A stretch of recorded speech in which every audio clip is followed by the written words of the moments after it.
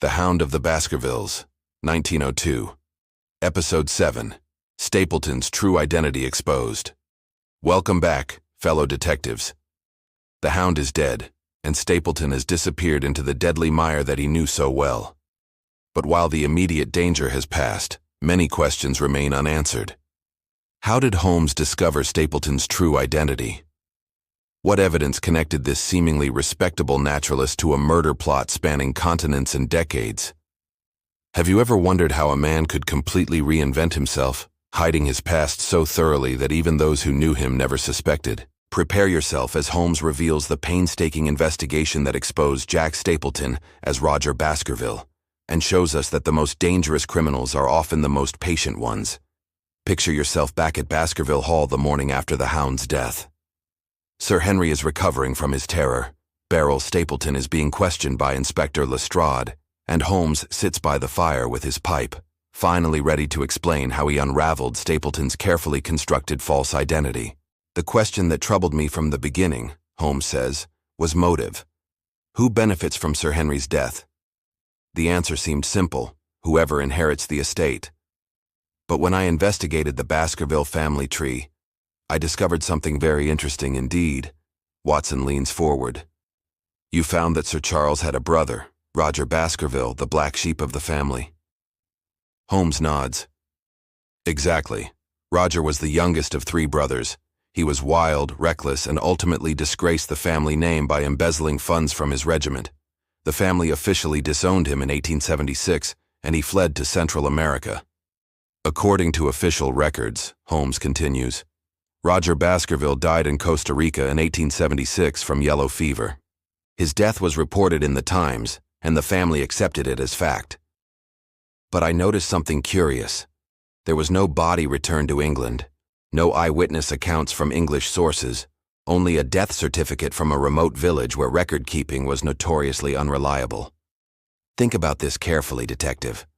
How easy would it be to fake your death in a remote foreign country in the 1870s?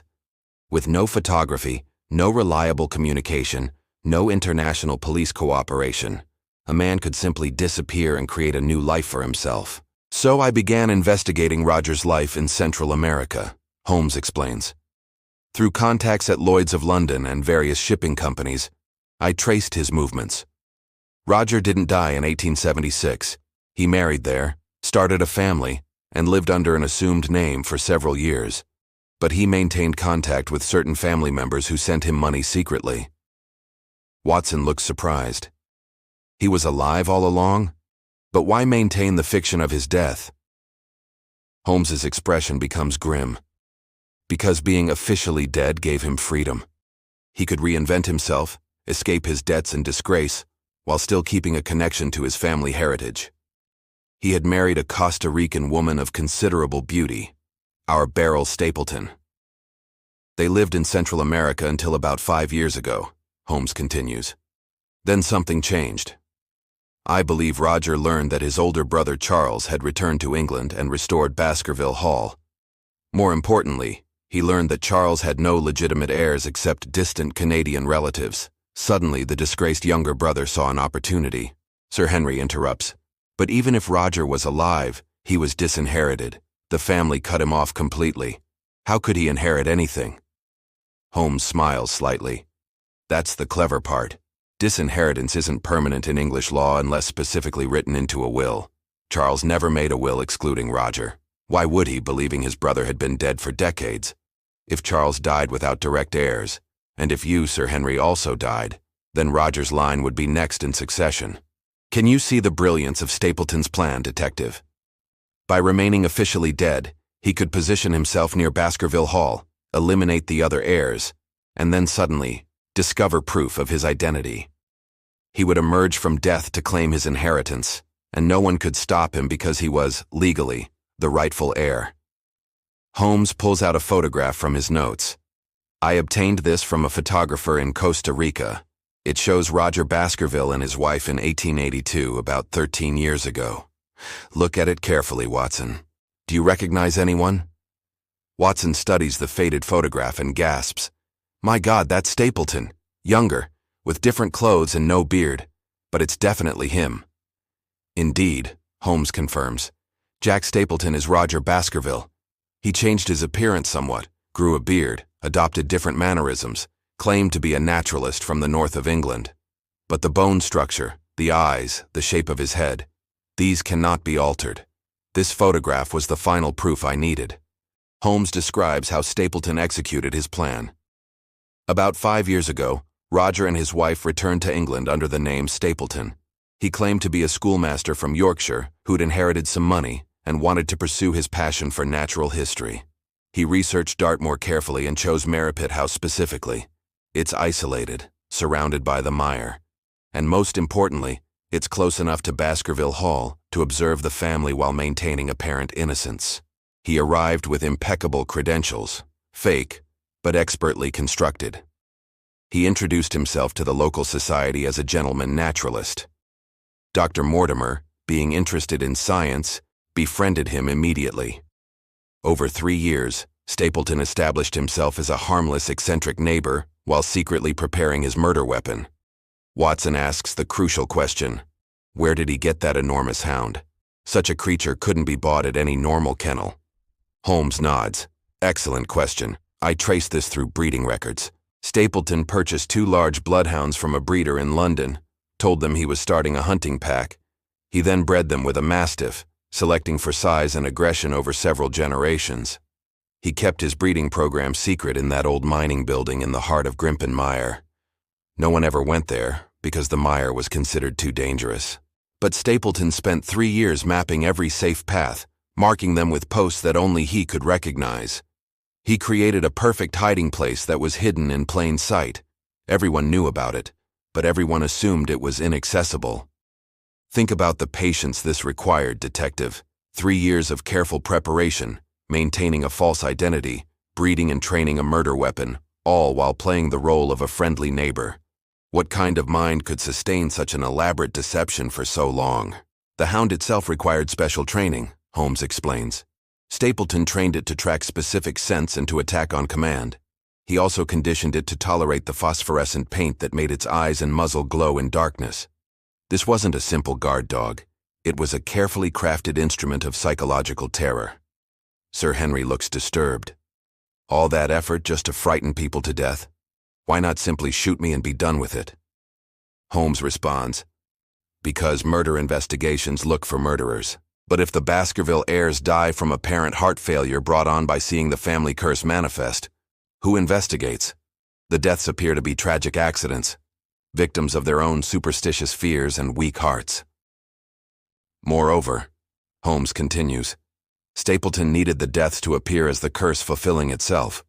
If the Baskervilles died from obvious violence, the estate would be tied up in legal proceedings, investigations would be thorough, and suspicion might eventually fall on him. But if they died from the curse, the estate passes quietly to the next heir, and Roger Baskerville could then resurface with proof of his identity, claiming he'd been living abroad under an assumed name to escape his youthful disgrace. Beryl Stapleton, Mrs. Roger Baskerville, as she truly is, provides additional details during her interview with Lestrade. Speaking through tears, she describes her husband's transformation from the charming man she married to the calculating monster he became. I never knew his real name until we came to England, Beryl confesses. He told me we were starting a new life, that his past in Costa Rica was behind him. For the first year here, I believed he truly was studying nature. Then I began noticing the hound. He told me it was part of his research, but I saw how he trained it, how he taught it to attack on command. When did you realize he was planning murder? Lestrade asks. Beryl's voice breaks. When I saw him painting the creature with that glowing substance. He laughed and said he was creating the Hound of the Baskervilles, making legend into reality. I didn't understand at first, but then Sir Charles died and I knew. I knew my husband had murdered him. Why didn't you go to the police? Watson asks gently. Beryl looks at him with anguished eyes. Because I was terrified of him. He kept me prisoner at Mire House, watched my every move. The few times I tried to warn people, like when I mistook you for Sir Henry, Dr. Watson, he punished me, and I was trapped, in a foreign country, no money of my own, speaking English imperfectly. Who would believe me against a respected gentleman? Holmes has been investigating Stapleton's activities in London as well. While I was supposedly handling urgent business in the city, I was actually tracing Stapleton's movements. He made several trips to London over the past year, ostensibly buying supplies for his naturalist work, but actually stalking Sir Henry. He was the bearded man watching my hotel? Sir Henry asks. Holmes nods. Exactly. He followed you from the ship, tracked your movements, and most importantly, stole your boot from the hotel corridor. He needed an item with your fresh scent to train the hound to track you specifically. The boot served that purpose perfectly. The threatening letter assembled from newspaper clippings was also his work. The Times clippings were from his hotel room at the Northumberland. He constructed the letter there, probably while you were sleeping, Sir Henry, just floors below. He was that close to you, and you never knew the danger. Watson recalls another detail.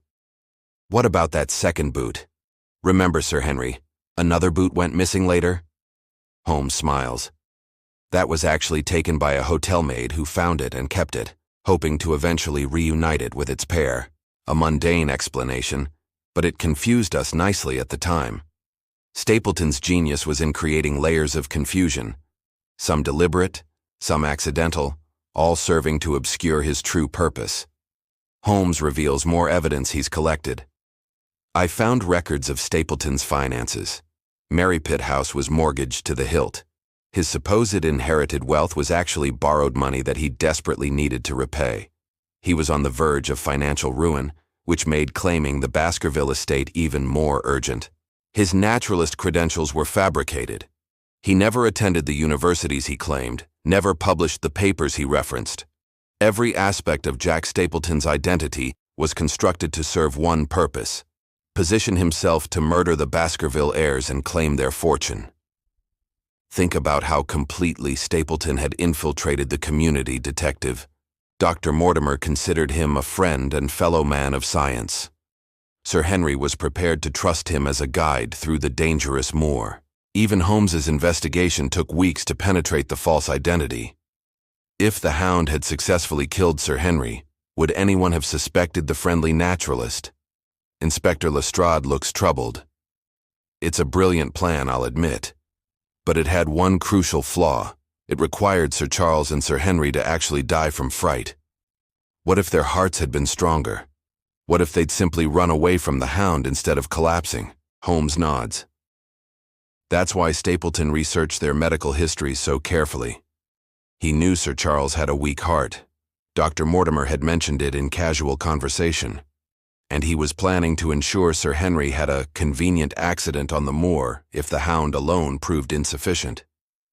How would he have done that? Sir Henry asks. Holmes responds grimly. The same way he planned for you all along.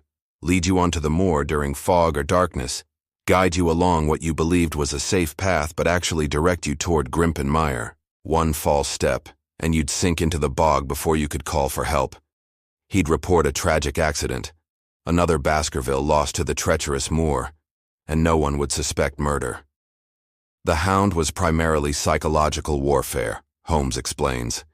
Its purpose was to weaken your mind, fill you with dread, make you susceptible to panic and poor judgment. Then, when the moment was right, Stapleton would guide you to your death while appearing to be your helpful neighbor. Sir Henry shudders. He invited me to his house several times. He offered to take me on walking tours of the moor, if I'd accepted. Holmes finishes the thought. You'd be dead now, and Stapleton would be mourning the tragic loss of his neighbor while preparing to reveal his true identity and claim your inheritance. The full scope of Stapleton's deception becomes clear. For nearly 5 years, he'd lived a complete lie, maintaining his false identity perfectly while preparing an elaborate murder plot. He'd weaponized a family legend, turned psychology into a killing tool, and very nearly succeeded in the perfect crime.